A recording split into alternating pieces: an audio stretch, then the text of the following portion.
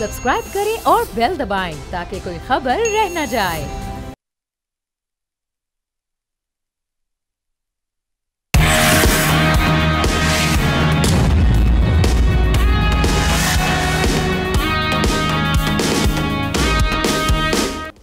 अस्सलामुअलैकुम, न्यूज़ पंच के साथ मैं हूं अफशीन कुरैशी। नाज़रीन, आज army chief general Syed Asim Munir का पाकिस्तान एयरफोर्स की पासिंग आउट परेड से खिताब करते हुए कहना था कि आपका तर्ज अमल ना सिर्फ ज़ाती अखलाकियात बल्कि काबिल एहतराम इदारे के लिए भी गैर मामूली होगा।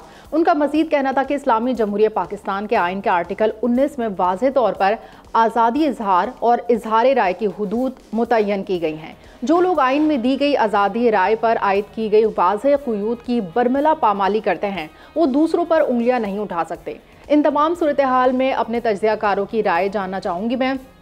तो सबसे पहले मैं आपको अपने पैनलिस्ट से इंट्रोड्यूस करवा लेती हूँ। हमारे साथ कराची स्टूडियो से मौजूद है नज़ीर लगाई साहब, एहतशामुल हक साहब हमारे साथ इस्लामाबाद स्टूडियो से मौजूद हैं, असद निज़ामी लाहौर स्टूडियो से हमारे साथ मौजूद हैं और ज़ाहिर शाह शराजी हमारे साथ वीडियो लिंक के ज़रिए उन्होंने हमें ज्वाइन किया है। तो सबसे पहले मैं बात करूँगी एहतशामुल हक साहब से। एहतशामुल हक साहब, आर्म्स एंड एम्यूनिशन की दौड़ से खित्ते में बैलेंस ऑफ पावर बिगड़ने का इम्कान है, क्या कहेंगे आप?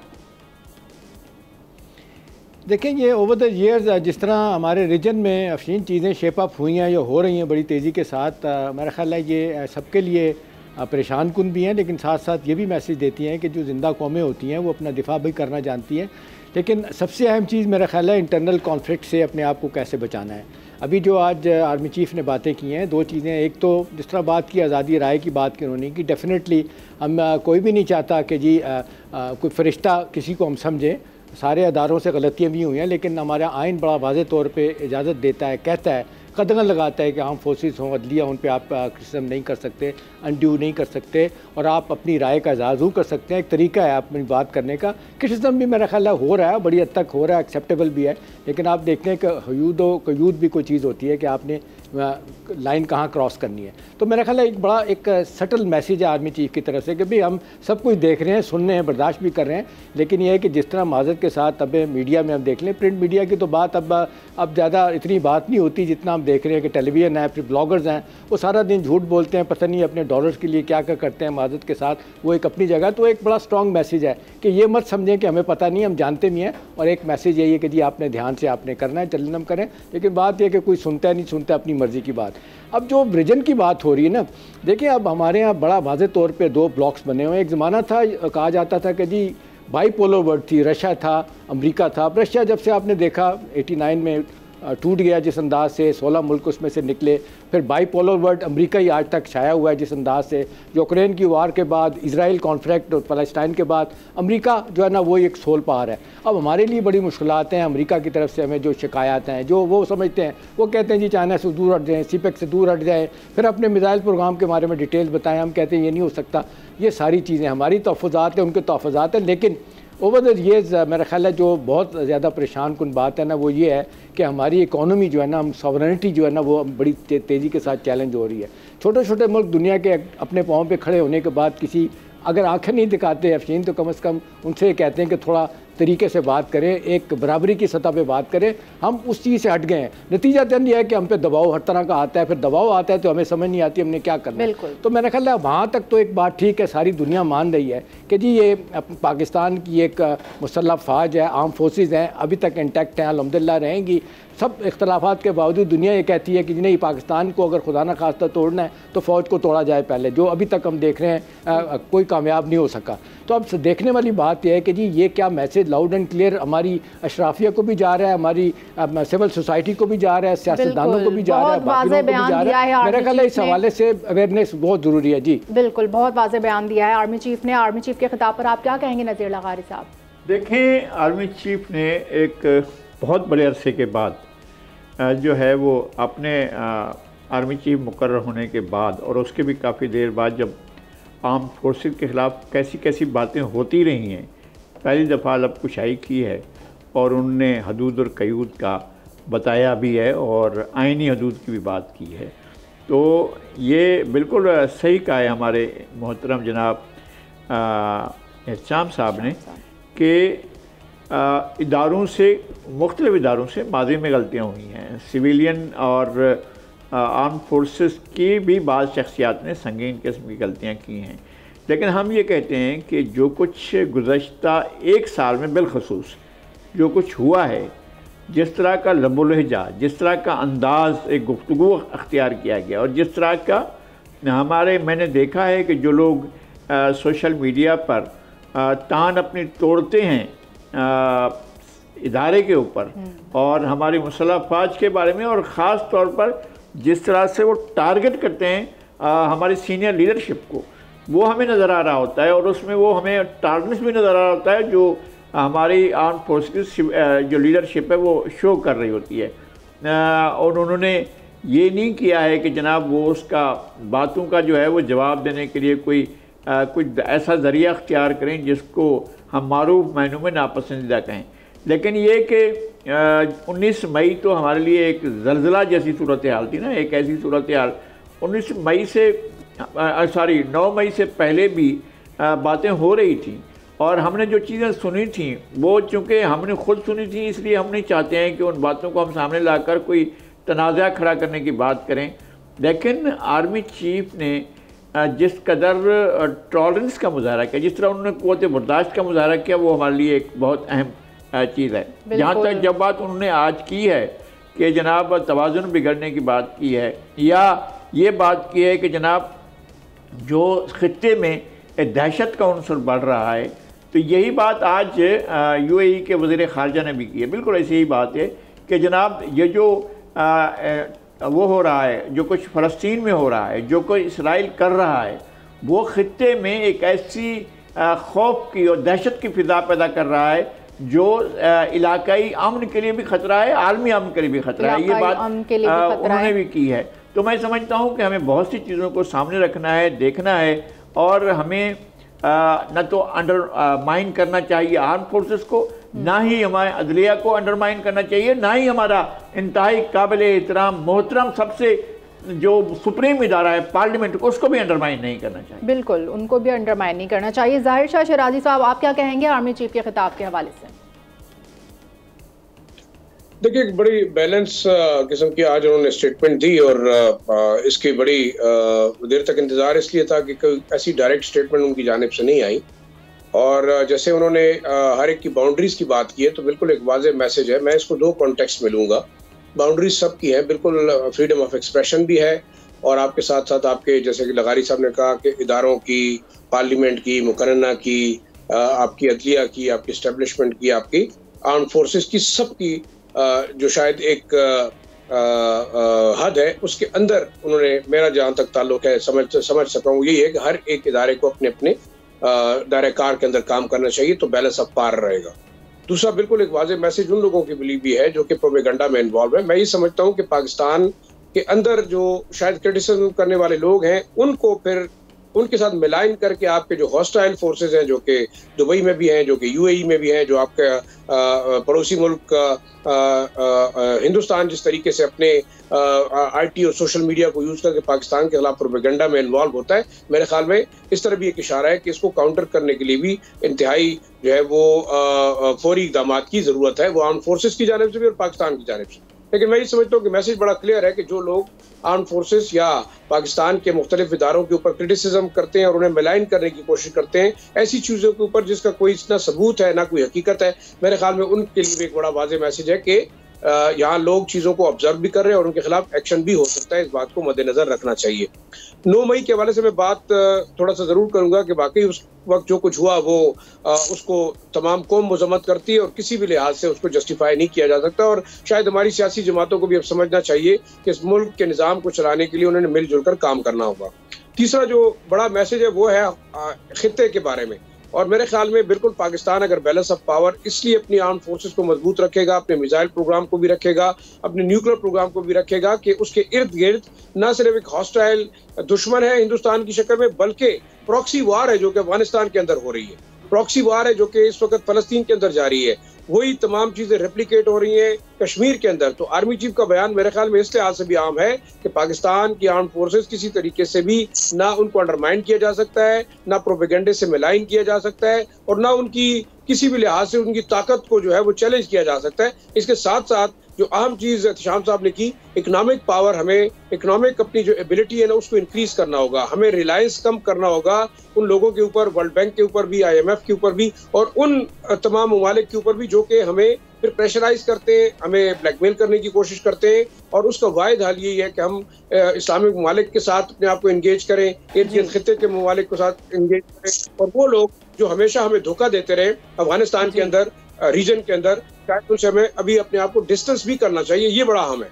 बिल्कुल, ये बहुत अहम है। असद निज़ामी साहब बहुत वाज़ेह मैसेज दिया है कि जो लोग भी मुल्क को मेलाइन करना चाहते हैं उनको आईनी हुदूद व क़ुयूद का ख्याल रखना चाहिए। क्या कहेंगे आप? जी बहुत शुक्रिया। मैं ज़रा पहले टच करना चाहूँगा इस चीज़ के ऊपर जो आर्टिकल 19 का जिक्र किया गया और फ्रीडम ऑफ एक्सप्रेशन और बाकी चीज़ के ऊपर। तो मेरे ख्याल में तमाम पैनलिस्ट और मेरे समेत ऑब्वियसली हम एग्री करते हैं इस चीज़ से कि प्रोपेगेंडा, गलत खबर, फेक न्यूज़ जो है वो किसी को नहीं करनी चाहिए, किसी को इजाज़त भी नहीं होनी चाहिए करने की। लेकिन और मेरा क्योंकि अपना बैकग्राउंड भी जर्नलिज्म से, मेरे फैमिली का बैकग्राउंड भी जर्नलिज्म, तो हमें तो यही चीज़ सिखाई गई है। असल में एक चीज़ लेकिन समझने की ज़रूरत है कि पाकिस्तान जो है वो मीडिया और ख़ास तौर पर न्यूज़ मीडिया की हद तक एक बड़ी यूनिक एग्जाम्पल है दुनिया के लिए, एक एनॉमली कहा जा सकता है, क्योंकि बाकी दुनिया के अंदर जो नेशनल टेलीविज़न मीडिया है वो बड़ी देर पहले आ गया था। पाकिस्तान के अंदर ये चीज़ इंट्रोड्यूस हुई थी 2000 के बाद से। उससे पहले अखबारात का कल्चर था, उसके बाद फिर मुशर्रफ साहब के दौर के अंदर जो है वो पैमरा भी बना और बाकी बहुत सारी चीज़ें हुई। तो लेकिन मसला ये हो कि नेशनल टेलीविज़न को भी इतना टाइम नहीं मिला एक्सपैंड करने का। हालांकि वो एक्सपैंड बहुत ज़्यादा कर गया, बहुत सारे चैनल्स आ गए, लेकिन अभी भी आप देखेंगे तो वो इंडस्ट्री जो है बहुत जल्दी सैचुरेट होगी। पीछे से एकदम से जो सोशल मीडिया है वो आ रहा था और साथ साथ आते आते पाकिस्तान ने भी उसको अडॉप्ट किया। अब ये कहना मेरे ख्याल में ये बिल्कुल फेयर नहीं होगा कि जी सोशल मीडिया के ऊपर तमाम लोग जो हैं वो बैठ के वो उसको यूटिलाइज़ करते हैं कि जी उससे वो डॉलर कमाते हैं और या उससे को प्रोपेगेंडा अपना बेस करते हैं। बहुत लोग होंगे जो ऐसे करते होंगे, लेकिन उसके लिए यूट्यूब, ट्विटर और बाकी सारी ये चीज़ें उनकी पॉलिसीज़ हैं। आप उनको स्ट्राइक करें, ये गवर्नमेंट के किसी इदारे के खिलाफ और कोई भी बात करता है तो हमें उनके साथ खड़े हैं कि जी आप उनको स्ट्राइक करें, एग्जांपल दें कि जी ये बात गलत है और इसको आप चैनल को टेक डाउन करें। ऐसा लेकिन होते हुए हम देखते नहीं हैं। यहाँ पे 2002 के बाद से डेफमेशन ऑर्डिनेंस जो है, मैं सिर्फ 2002 इसलिए कह रहा हूँ कि उसके अंदर थोड़े चेंजेस आए थे। उसके बाद से देख लें आप कितने केसेस जो हैं जो अदालतों के अंदर है डेफमेशन के ऊपर, उनके ऊपर क्या रिजल्ट आया है। तो एक कानून तो मौजूद है ना जी कि अगर आपने किसी चीज़, आपके स्लैंडर हुआ है या लाइबल हुआ है तो आप जाएँ कोर्ट पे जाएँ और करें। पाकिस्तान ये भी मैं आपको बताता चलूँ कि one of the only countries रह गया दुनिया के अंदर जिसमें डेफेमेशन जो है अभी ये क्रिमिनल ऑफेंस है, क्रिमिनलाइज्ड एक ऑर्डिनेंस है जिसके अंदर आप उसको क्रिमिनल ऑफेंस के लोग यूज़ करते हैं इसको, बड़े बड़े बैंक्स यूज़ करते हैं इसको। मैं आपको शो पर तो नहीं बता सकता बट मैं आपको एक वाज़ेह एग्जांपल देता हूँ जिसने यूज़ किया है इस चीज़ को। नंबर 1। नंबर 2 कि इसके ऊपर क्यों नहीं डिबेट होती जी कि डेफेमेशन का कोई इंसाफ लेने जाता है। अभी जैसे रिसेंट एग्जांपल आपको बताता हूँ, एक फॉर्मर जो आर्मी के अफसर हैं उनको इंसाफ लेने के लिए एक जो यूट्यूबर हैं आदिल राजा मेरे ख्याल में उनका नाम है, जो कि बिल्कुल गलत बातें करते हैं यूट्यूब पर और मैं बिल्कुल ख़िलाफ़ हूँ चीज़ें, उनको इंसाफ यूके की अदालत से मिला, आई थिंक वो 10,000 पाउंड का। तो यहाँ पे ये एक सिस्टम बन चुका है कि एक कानून मौजूद है जिसको यूटिलाइज़ नहीं किया जाता और यूटिलाइज जो करने को जाता है उसको इंसाफ नहीं मिलता। आप यकीन करें ये ऐसा एक डेफेमेशन का जो सिनेरियो है उसके अंदर जितने तमाम केसेस देंगे उसमें से मेरे ख्याल में इक्का दुक्का एग्जांपल होगा आपके पास जिसके अंदर को हर्जाने की अमाउंट डिक्लेयर की गई है और वो किसी ने दी है। सो पॉइंट इज़ कि आप बिल्कुल इस चीज़ को रेगुलेट करें। इंटरनेशनल जो सोशल मीडिया इदारे हैं उन्होंने भी इसकी प्लेटफॉर्म्स बनाए हुए हैं जिनके ऊपर आप स्ट्राइक्स डाल सकते हैं, इसको टेक डाउन करें जो गलत पेजेस हैं जो प्रोपेगेंडा फैला रहे हैं ऑफ कोर्स। और साथ साथ जो आपका इंटरनल मीडिया सेटअप है उसके ऊपर भी बहस होनी चाहिए। और ज़्यादा मैं अदलिया की तरफ पॉइंट करूँगा कि जो डेफेमेशन का ऑर्डिनेंस पूरा है और ये कानून जो मौजूद है हमारे मुल्क के अंदर उसके अंदर भी आप इसके अंदर मज़ीद कानून साजी करें, इसको एक सिविल ऑफेंस जाके बाकी दुनिया ने किया इसको वो करें और इसको इस तरह से आप आगे लेके चलें कि लोगों को इंसाफ मिले। आप पहला केस करें डेफेमेशन का जो पाकिस्तान की अदालतों से उनको हर्जाना भी देना पड़ा किसी को गलत बात करने के लिए, आप देखें कैसे लोग सीधे नहीं होते। जी, कानून मौजूद है लेकिन क्रिमिनल ऑफेंस पर कोई वाज़ेह सज़ा सामने नहीं आई है। यहाँ वक्त आप हमारे साथ रहिए।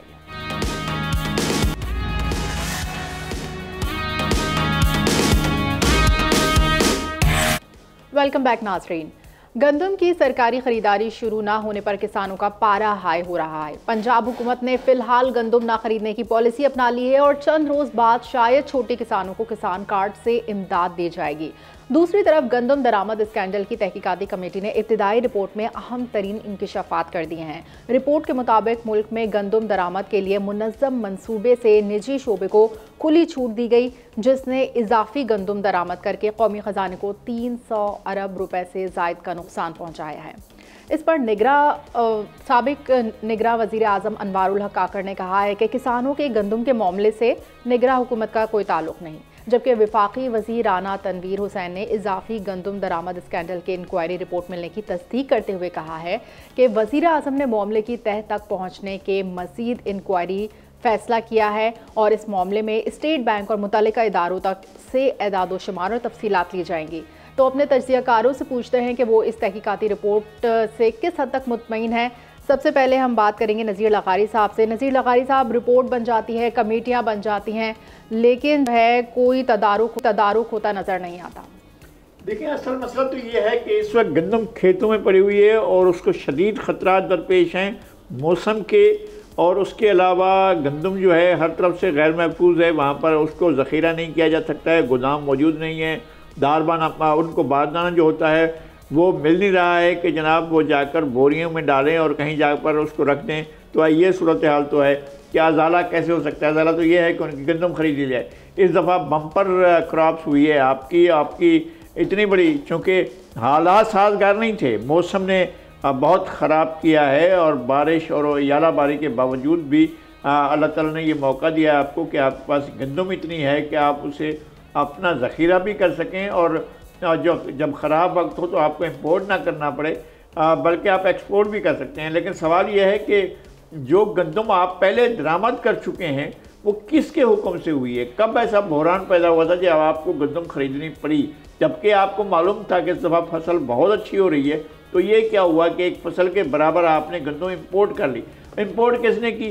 साबिक़ वज़ीर-ए-आज़म कहते हैं, निगरान वज़ीर-ए-आज़म साहब कहते हैं कि जनाब हमारा इसमें कोई कसूर नहीं है और हमने नहीं किया है। अच्छा, इससे पहले तो मियाँ शहबाज शरीफ की हुकूमत थी, वो वज़ीर-ए-आज़म से क्या उनके दौर में ये कार्रवाई हुई थी और ये उस दौर में मंगवाया गया था। तो एक बात वाज़ेह होनी चाहिए और ये बात सामने आनी चाहिए कि ये गंदम ख़रीदने का फ़ैसला किसका था, किसने इस पर अमल किया, किस में इसको खाया गया। अगर 300 अरब डॉलर 3 खरब रुपए का ये सौदा हुआ है जो 1 अरब डॉलर से भी ज़्यादा का है, तो ये आखिर कौन था जिसने ये सारा फैसला किया है? एक तो तयन होना चाहिए और उसका सज़ा जज़ा का जो भी फैसला वो हो जाना चाहिए। हम हमेशा ये देखते हैं कि बड़ी बड़ी चीज़ें सामने लाई जाती हैं, बाद में सब जो ख़त्म होता है कोई चीज़ नहीं होती है। तो कमेटियाँ बनाना, कमीशन बनाना, इंक्वायरी कराना, ये सब कुछ रायगाह चला जाता है। इस वक्त बात यह है कि पंजाब में ख़ास तौर पर सराइकी बेल्ट में जो किसान है उसके बहुत बुरे हालात हैं और इस दफ़ा जो है वो अपना घर को नहीं संभाल पाएंगे और उनकी लागत उनको वापस नहीं मिली है और हुकूमत ने जो रेट मुकर्रर किए वो भी उनको वारे नहीं खाते हैं। अब इस सूरत हाल में क्या होगा? इसलिए कि आरती तो वो कह रहा है, आरती तो 2000 पर खरीदने को तैयार नहीं है। वो कहता है कि जनाब हम गंदम लेकर क्या करेंगे, हमारे पास क्या होगा? इसलिए कि हुकूमत के पास तो गंदम रखी हुई है। इस सूरत हाल में हुकूमत को हल निकालना है और पहले ये है कि जिन लोगों ने ये गंदम इम्पोर्ट की थी उनके बारे में फैसला हो जाए कि कैसे ये अरबों रुपए जो हैं, खरबों रुपए चले गए, इसका तो फैसला होना चाहिए। बिल्कुल, गंदम की खरीदारी का मामला पंजाब हुकूमत के लिए एक बहुत बड़ा चैलेंज बनकर सामने आया है। अब मैं बात करूंगी असद निज़ामी साहब से। असद निज़ामी साहब, हुकूमत के लिए एक जानिब गंदम का मामला है, दूसरी जानिब आज सदर ऑल पाकिस्तान नान बाई एसोसिएशन के अहदेदारान ने प्रेस कॉन्फ्रेंस में कहा है कि वज़ीर आला पंजाब रात को सोकर उठती हैं, सुबह रोटी 16 रुपए की कर देती हैं, हमें इंसाफ ना मिला तो हम मुल्क गिर शटर डाउन करेंगे। हुकूमत में तो कच्चे के डाकू आ गए हैं, हमें कच्चे के डाकू बनने पर मजबूर ना करें। असद साहब, आप किस तरह देख रहे हैं इन तमाम मामलात को? पंजाब हुकूमत के लिए आगे बहुत बड़े चैलेंजेस हैं। जी, ये गंदम वाले इशू पे जब एहतजाज जो था वो लाहौर के अंदर शुरू हुआ था, जैसे आपने पंजाब हुकूमत का हवाला दिया, तो ये GPO चौक से एहतजाज शुरू हुआ था जो पहले दिन उन्होंने किया था। तो उनको पता था ये आ रहे हैं, तो उन्होंने फिर कंटेनर लगा दिए, पंजाब गवर्नमेंट ने इनको आगे तक नहीं आने दिया और वहीं पे ख़त्म हो गया। 45 लोगों को अरेस्ट किया था। तो पंजाब गवर्नमेंट इस लिहाज से मेरे ख्याल में रेडी है कि एहतजाज अगर ज़्यादा हो जाए तो उनको कैसे काबू करना, वो तो एक अलग बात है। बाकी अगर आप इस अपने इशू के ऊपर आ जाए, स्कैंडल के ऊपर आ जाए, तो ये तो बड़ा एक हैरानकुन किस्म का बयान है फॉर्मर जो हमारे केयर टेकर प्राइम मिनिस्टर हैं कि जी हमारा कोई ताल्लुक नहीं है। बिल्कुल उन्हीं का तो ताल्लुक है। आप केयर टेकर के अंदर तो हमें तो ये पता है कि जी जो फूड मिनिस्टर थे उस टाइम के, उन्होंने तो कहा था कि जी कोई ज़रूरत नहीं है इजाफी गंदम की इस दफ़ा, तो आप इंपोर्ट ना करें। फिर ये कॉमर्स मिनिस्ट्री की तरफ मसला गया जिसमें उन्होंने कहा जी मंगवा लें, और उन्होंने ये भी उसके अंदर बयान दिया अगर जी मंगवा भी लेंगे और अगर बच भी जाएगी तो उसका आटा बना के उसको एक्सपोर्ट कर देंगे, तो ये विन विन सिचुएशन है। तो विन विन सिचुएशन तो कहीं से भी नहीं है। नंबर 2, ये अंग्रेज़ी मुहावरा होता है कि फ्यू बैड एप्पल्स जो है वो कॉज करते हैं। ये तो पूरा बाग है बैड एप्पल्स का, और ये को पहली दफ़ा नहीं हुआ। आप मुझे बताएं ये कौन सी शुगर की स्कैंडल हुआ, उस पर जी इंक्वायरी कमीशन है, दवाइयों की अद्वियात के ऊपर स्कैंडल हुआ उसके ऊपर कमीशन मुकर्रर कर दें, उसके बाद ये आटे के ऊपर भी पहले बन चुके इतने कमीशन, उनका क्या नतीजा, कोई नतीजा नहीं निकला। सो इस दफ़ा अगर ये क्योंकि इतना मंजर यहाँ पे आ गया इशू, तो इसको थोड़ा हाईलाइट करें। कहा जा रहा है जी कि इस सारे स्कैंडल के अंदर 25 से 30 रुपए किलो मुनाफा, ये मैं लोअर साइड पर आपको बता रहा हूँ, जो लोगों ने कमाया है, जो जिन्होंने इम्पोर्ट किया। अच्छा होता क्या है, होता यह कि ये शुरू होती है बात डेटा से। जो डेटा फराम किया जाता है गवर्नमेंट को और हुकूमती इदारों को, वो उसकी बुनियाद ही गलत होती है, यानी कि नीयत जो है वहाँ से बन जाती है कि जी हमने किसी के अंदर स्कैम करना है। वो जब डेटा दिए जाते हैं कि शॉर्टेज होगी, उसके बाद ये एक मेरे ख्याल में ये समरी जो थी केटेक गवर्नमेंट ने, ये एक सर्कुलेशन ओरिएंटेड समरी थी जो बस फाइल घूमती रहती है और उसके ऊपर साइन होते रहते हैं और ये सारा कुछ हो गया। जाहिर है ये इतनी जब गंदम इंपोर्ट की तो इसके अंदर डॉलर भी अरेंज करने पड़े होंगे, वो कहाँ से अरेंज हुए। तो ये बड़ा लो हैंगिंग फ्रूट है इस मौजूदा गवर्नमेंट के लिए कि वो पता करें कि जी ये केटेक गवर्नमेंट में क्या होता रहा है और ये सारी सिचुएशन कहाँ से निकली। बाकी जो किसान है और जो काश्तकार है उनको तो देखें ना बहुत बड़ा नुकसान है। इस दफ़ा उन्होंने जो होता है नॉर्मल प्रोसीजर, उन्होंने सीड लिया, उसके बाद उन्होंने उसको लगाया, उसके बाद इस तरह बम्पर क्रॉप आई, उसके बाद उनको बोरियां जब देने की बारी है उन्होंने कहा जी बोरियां ही नहीं है आपको, पता रिकॉर्ड उन्होंने लो किस्म की दिए हैं। और फिर उनके हर बंदे के पास ये सहूलत भी नहीं होती किसान के पास कि वो गोदाम के अंदर स्टोर कर ले। जिन्होंने गोदाम में कर लिए चले वो तो पड़ी रहेगी, जो आपका पहले का लगारी साहब का बयान था कि चले वो अगर पड़ी हुई है तो उसको फिर एक्सपोर्ट कर लेंगे। और उसके बाद जो लोग नहीं अफोर्ड करते गोदामों को या उस तरह नहीं रख सकते, तो उनकी जो बारिश भी होगी साथ साथ वो सारी जाएगी, तो किसान तो बिल्कुल पिस गए हैं। आखिर में इसका एक सियासी पहलू भी है। अगर आप इसको इस नज़रिए से देखें कि JUI ने इसके ऊपर स्टांस लिया है, तरीक़े साहब ने स्टांस ले रहा था, उन्होंने भी लिया है। आप नून लीग के भी कुछ जो सियासतदान हैं वो भी इस पर स्टांस इस वजह से ले रहे हैं कि नून लीग का वोट बैंक एक तो इस दफ़ा में बहुत कम नज़र आया, वो तो और उसकी वजूहत हैं। लेकिन जो पॉलिटिशियंस जो हैं जिनका ताल्लुक जो है इन इलाकों से जहाँ पर गंदम की काश्त होती है, उनको कितना बड़ा लॉस है इस दफ़ा अपने वोटर्स की हद तक कि जी आपकी गवर्नमेंट है और हमें ये नुकसान उठाना पड़ रहा है। तो ये अक्रॉस द बोर्ड तमाम सियासी पार्टीज़ जो हैं ये इस चीज़ को टेकअप कर रही हैं और गवर्नमेंट को डेफिनेटली इस पर कुछ करना चाहिए। और मैं आपको ये भी बता दूं कि ये मसला इतना आगे बढ़ चुका है कि इसके ऊपर कोई रिलीफ नहीं दे पाएंगे आप जी किसानों को। मसला इतना आगे बढ़ चुका है कि इस पर कोई लेकिन आप ये कर सकते हैं ज़रूर कि जो इंक्वायरी है आपकी, उस इंक्वायरी के अंदर अगर तो केयर टेकर मिनिस्ट्री इन्वॉल्व है इसके अंदर, तो फिर लोगों को आप पूछें, बुलाएं, केयर टेकर ने तो अपने हाथ खड़े कर दिए ना, उन्होंने तो हाथ खड़े कर दिया कि मेरा मामला ही नहीं है ये। इसलिए तो इंक्वायरी कमीशन होती है जी। अगर उन्होंने हाथ खड़े कर दिए सो व्हाट, आप बुलाएं, उनसे बात करें, पूछें, उनसे बात करनी चाहिए, उनसे पूछना चाहिए।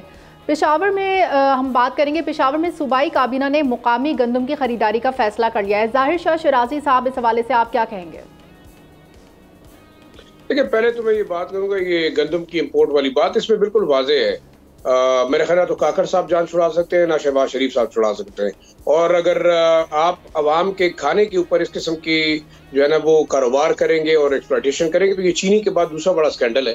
मेरे ख्याल में विजिबली एक हफ्ते का टाइम मुकर्रर करके जो है इसकी इंक्वायरी करनी चाहिए और जो लोग इन्वॉल्व हैं उनको सजा देनी चाहिए। सबको मालूम है कि किसको ठेका मिला, कौन सी कंपनी को मिला, कौन से प्राइवेट सेक्टर के अंदर लोगों को मिला, किसने पैसे जमा कराए, किसने जो है इंपोर्ट किया और किसने डंप किया। एक तो पॉइंट ये हुआ। दूसरा, कैसे जो है इतनी बड़ी हुकूमत और मैकेनिज्म के अंदर आपके पास जो है वो गंदम खरीदने का और स्टोर करने का जो है वो इंतजाम नहीं है। मेरे ख्याल में आप देखिए इस वक्त अंडों का रेट जो है वो जून जुलाई में भी कंट्रोल होता है, क्योंकि आपके पास जो अंडों के कारोबार करने वाले माफिया है उसके पास इतने बड़े बड़े कोल्ड स्टोरेज मौजूद है, तो आपके पास सिंपल स्टोरेज नहीं है। मेरे ख्याल में इस वक्त सब इदारों को सामने आना चाहिए। इस वक्त हमारे आर्म फोर्सेस के पास मेरे ख्याल में बहुत बड़े बड़े स्टोर भी मौजूद है, चीजें भी मौजूद है, उसको इंटरवीन करना चाहिए। दूसरी जो आम चीज है, आपने केपी की बात की, केपी को इस वक्त 6000 जो है वो 6 लाख मैट्रिक टन गंदम की जरूरत है। और उन्होंने आज बड़ा काबीना ने अच्छा ऐलान किया कि जनाब 3 लाख मैट्रिक टन जो है हम अपने किसानों से खरीदेंगे।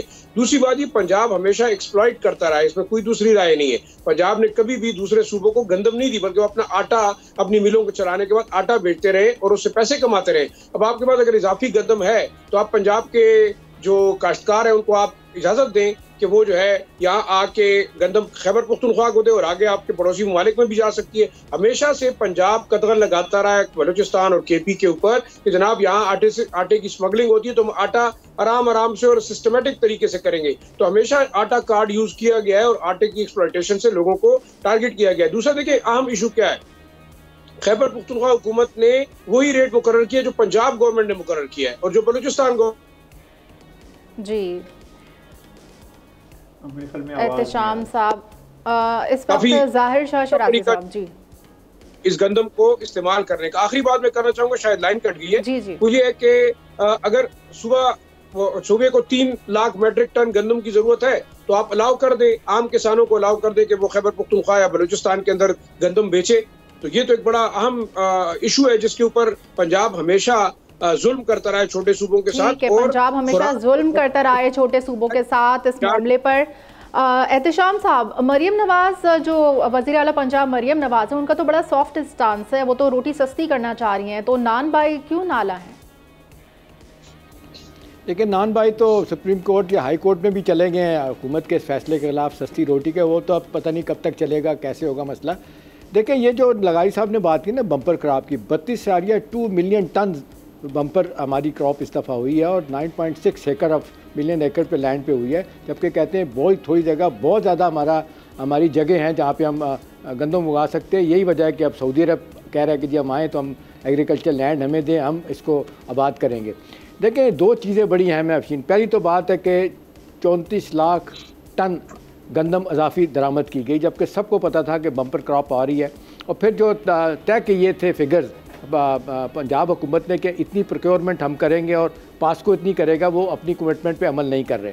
अब ये 300 अरब रुपये का जो टीका लगाया गया, अभी ये रिपोर्ट इनिशियल आई है कि जी इसमें लोगों ने कितना पैसा बनाया। होना तो चाहिए कि जो इंक्वायरी रिपोर्ट आ गई है वहाँ पे जो ज़ाहिर शाह कह रहे हैं ना कि भी वो जो नाम आए हैं उनको आप लेके आए कि ये लोग हैं जिनको फ़ायदा पहुँचाया गया। और दूसरी बात है अनवारुल्लाह काकड़ की इस बात को कोई बाई नहीं करेगा जी मैं ज़िम्मेदार नहीं हूँ। भाई कैबिनेट और प्राइम मिनिस्टर ज़िम्मेदार होते हैं। आपके ज़माने में हुई, कॉमर्स मिनिस्टर ने इजाज़त दी तो आप वहाँ केयर टेकर प्राइम मिनिस्टर थे, आपसे पहले नहीं इजाज़त दी, आपके दौरान ही इजाज़त दी गई, तो लिहाजा वो बरी ज़िम्मा नहीं हो सकते। अब अफशीन सूरत हाल ये है कि जो कहा गया था कि ये 3900 पर 40 मन के तौर पे ये ख़रीदारी होगी, अब वो तो ख़रीदारी नहीं किसानों से हुई। नतीजतन वो बेचारे सड़कों पे 3200 और 3400 रुपये पे पर मन 40 के हिसाब से वो बेच रहे हैं सड़कों पे ला के, और वो एहतजाज अलहदा कर रहे हैं, उनको गिरफ्तारियाँ अलहदा हुई हैं। मेरा ख्याल है ये अब बड़ा वाज़ेह तौर पे कहना पड़ेगा कि मरियम नवाज साहबा जो है इसमें कामयाब नहीं हुई। अगर मैं ये लफ्ज़ ना कहूँ कि जी नाकाम हुई हैं तो कामयाब भी नहीं हुई। उनको सॉर्ट आउट करना चाहिए कि ऐसा क्यों हुआ और कैफरे किरदार तक पहुँचाना ही चाहिए जो लोग थे। आखिरी बात यह है कि नईमुल हक साहब जमात इस्लामी के जो नए फायर ब्रांड किस्म के लीडर हैं, उन्होंने आज प्रेस कॉन्फ्रेंस किया। उन्होंने 15 दिन का टाइम दिया है कि अगर किसानों के मसले अगर हल नहीं करते तो हम सड़कों पे होंगे। और उन्होंने साथ ये भी कह दिया कि भी हो सकता है कोई और तहरीक आपको कुछ अरसे के बाद हटाने के लिए आए तो हम तहरीक को लेके आएंगे, हमारे लिए मुसीबत हो जाएगी। तो मेरा ख्याल आई ओपनर है, ये फौरी तौर पे फैसला किया जाए। किन लोगों ने माल बनाया, टीका लगाया 300 अरब रुपये का, वो उनके लोगों को कैफरे किरदार तक पहुँचाया जाए। दूसरा ये जो लोग अब कमिटमेंट करके बैठे हैं किसान, वो रो रहे हैं, पीट रहे हैं, जो बुरे हालात में उनकी अगर सुनवाई नहीं होती तो मेरा ख्याल है बड़ा जुल्म होगा और आइंदा आलम दिनों खुदा ना खास्ता हमारे लिए सिचुएशन कहत की पैदा हो सकती है। अगर यही फसल की ख़राबी के जिस तरह मौसम साथ नहीं दे रहा, प्लस सैलोज नहीं है, जगह रखने के लिए नहीं है, वो सड़कों पर पड़ी रही, खेतों में पड़ी रही, तो क्या होगा? उसको ना उठाएगा तो मेरा ख्याल लम्हा फिक्रिया है, इस पर फौरी तौर पर एक्शन लेने की ज़रूरत है, क्योंकि आए दोनों में कहत की सूरत हाल भी पैदा हो सकती है। यहाँ वक्त एक ब्रेक का, आप हमारे साथ हैं।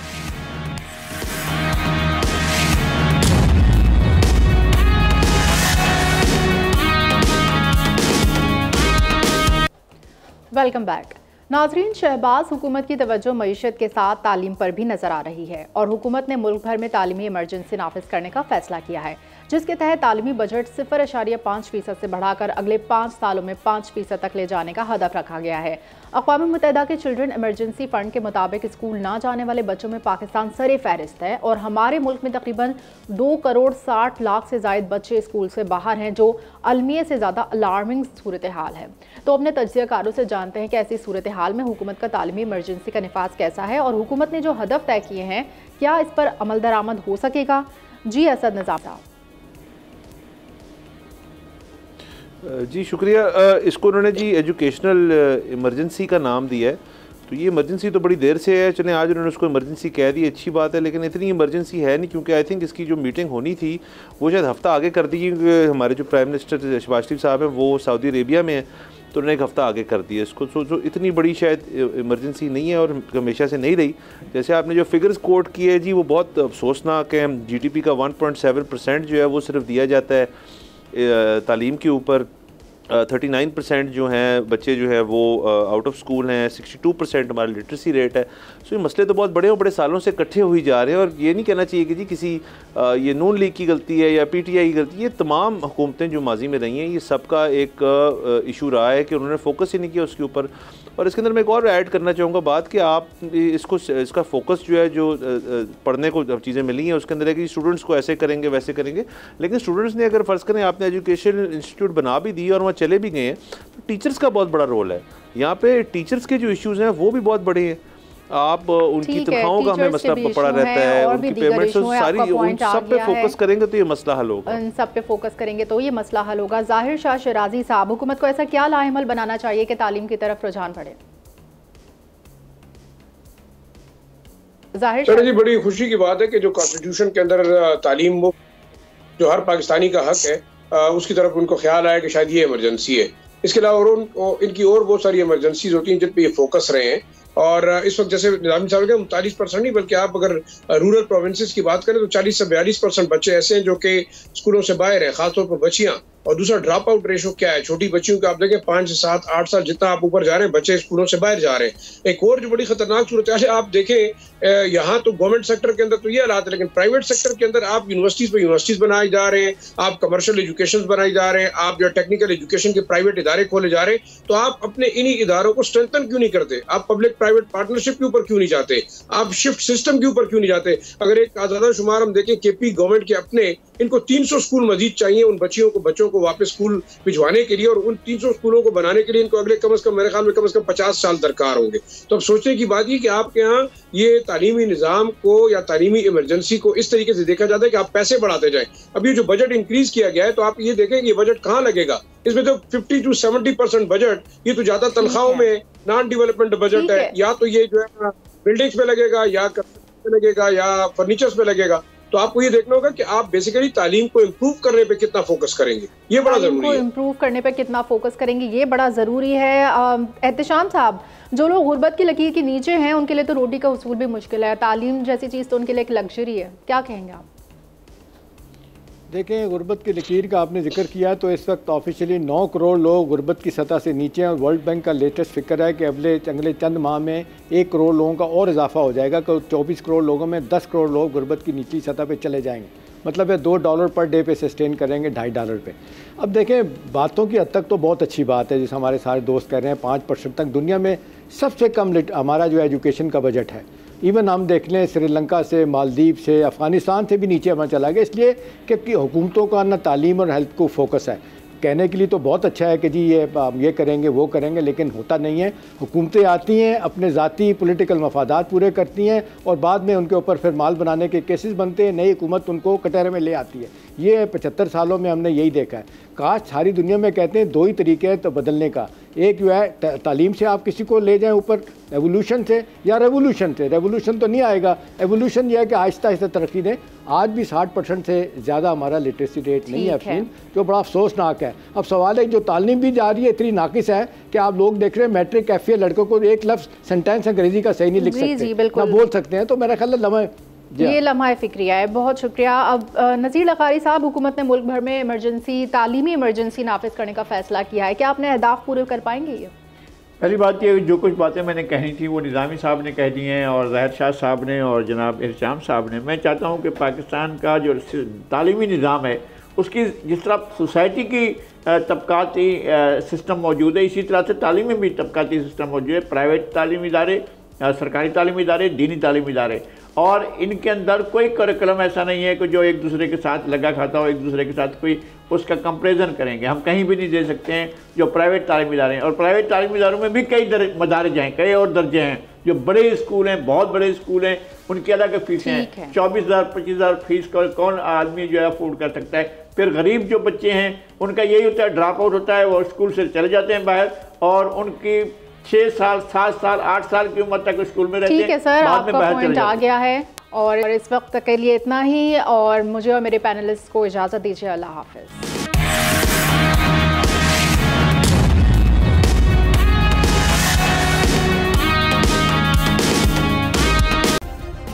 सब्सक्राइब करें और बेल दबाएं ताकि कोई खबर रह न जाए।